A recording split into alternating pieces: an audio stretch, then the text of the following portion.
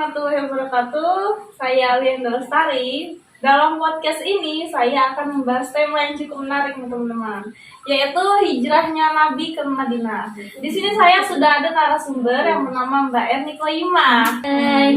Biasa dipanggil apa Mbak? Erni. Panggil Erni. Nah, tadi temanya hijrah Nabi Muhammad ke ke Madinah. Madinah. Nah, jadi sebelum lebih jauh nih Mbak, alasan Nabi hijrah ke Madinah tuh apa sih? Ya, mungkin ya langsung saya jawab. Karena pada saat Nabi dan sahabatnya di Makkah itu kaum Quraisy sudah semakin kejam gitu dengan tantangannya. Ada yang mengatakan kalau kaum Quraisy itu mempunyai niat atau tujuan untuk membunuh Rasulullah. Sehingga saat itu Nabi Muhammad sudah mempunyai tujuan untuk hijrah. Tapi Nabi Muhammad itu tidak langsung pergi berhijrah. Beliau dan Abu Bakar itu menunggu keputusan atau perintah dari Allah Subhanahu wa taala. Jadi tidak langsung berangkat ke Madinah, tidak, menunggu keputusan dulu atau menunggu perintah dari Allah. Terus beliau itu pergi ke Madinah itu bersama Abu Bakar. Dan beliau mengutus Ali bin Abi Thalib untuk menggantikan tempat posisi tidurnya itu loh, di tempat tidurnya Rasulullah gitu. Karena kaum Quraisy nanti biar nggak menyangka, biar menyangkanya itu Rasulullah gitu, ternyata Ali bin Abi Thalib. Dan alasan lagi itu kaum Quraisy semakin kesini semakin terlalu gimana ya, mencambuk gitu loh, kayak apa ya, para sahabat-sahabatnya dicambuk, terus dihina gitulah, dicaci maki gitu. Itulah alasannya Nabi Muhammad hijrah ke Madinah itu supaya Nabi Islam, agama Islam itu tetap utuh, tidak diganggu oleh kaum Quraisy, agar aman gitu dalam berdakwah gitu. Cukup menarik alasannya ya. Tapi Ya, saya penasaran ini bagaimana tanggapan penduduk Madinah saat Rasulullah tuh hijrah ke sana. Oh, tanggapannya. Jadi kaum di Madinah, salah satunya itu kaum Ansor. Kaum Ansor itu menerima, bahkan sebelum Nabi Muhammad berhijrah datang di Madinah itu mereka sudah pada berharap gitu loh, kayak semoga ya Allah, semoga Rasulullah itu datang.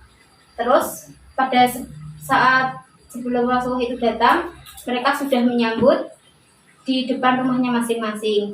Mereka berharap kalau Rasulullah itu dapat bisa memasuki setiap rumah itu. Terus ternyata Rasulullah itu pada saat tiba di Madinah itu tidak memasuki per rumah. Beliau menjawab dengan begini, maafkan karena saya ini hanya menjalankan utusan Allah untuk hijrah. Jadi Nabi Muhammad itu mengikuti ontanya, jadi tidak memasuki rumah-rumah itu tidak, tapi mengikuti ontanya itu mau berhenti di mana gitu.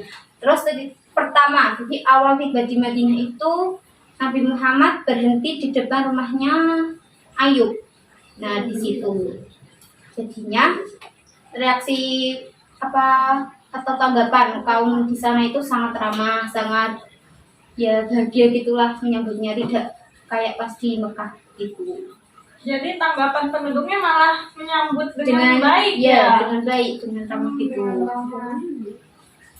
Terus saat Nabi di Madinah, ada tahapan apa sih dalam yang dilakukan Nabi dalam menjalankan dakwahnya di sana?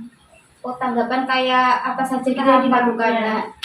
Itu yang dilakukan kalau menurut saya ya, itu ada 3. Yang pertama yaitu sesaat pertama awal mula Nabi tiba di Madinah itu mendirikan sebuah masjid yang bernama Masjid Nabawi. Ya, Masjid Nabawi itu didirikan di dekat rumahnya Ayub kalau nggak salah itu.